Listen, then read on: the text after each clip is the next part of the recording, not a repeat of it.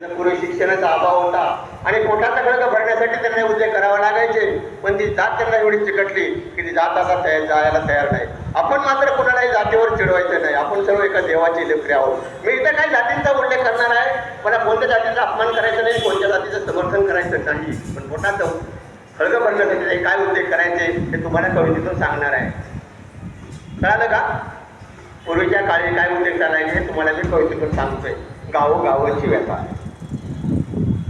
और मागवाटीचा होता नाडा आणि सांभार शिवीत होता जोडा,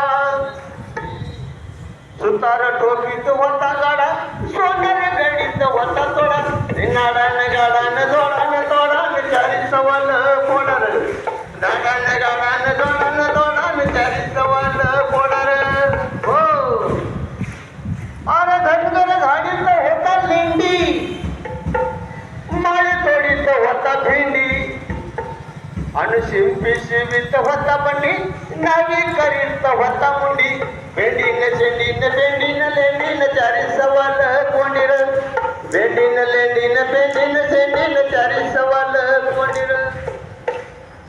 परटीन सुतवती धुन अन मारीन काढीत होती शान, तांबुळीने चित्त होती पान, बांधून करीत होती लेन, लेनन पानन शानन धुनन चारी सवाल शानर, लेनन पानन शानन धुनन चारी सवाल शानर.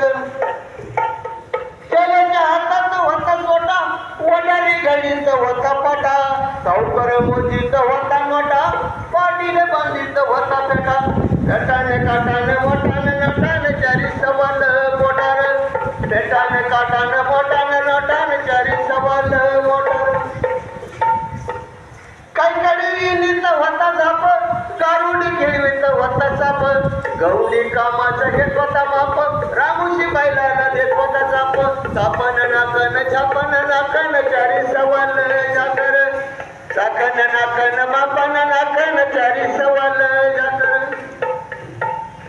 कोळीने धरीत होती शिंगा, गारुडीने करीत होती गंगा, कोलाटीने घालीत होती पिंगा, मारवाडी देशत होती लंगा, लंगान रंगान झिंगान झिंगान चारी सवाल भुंगार, लंगान रंगान झिंगान झिंगान चारी सवाल भुंगार.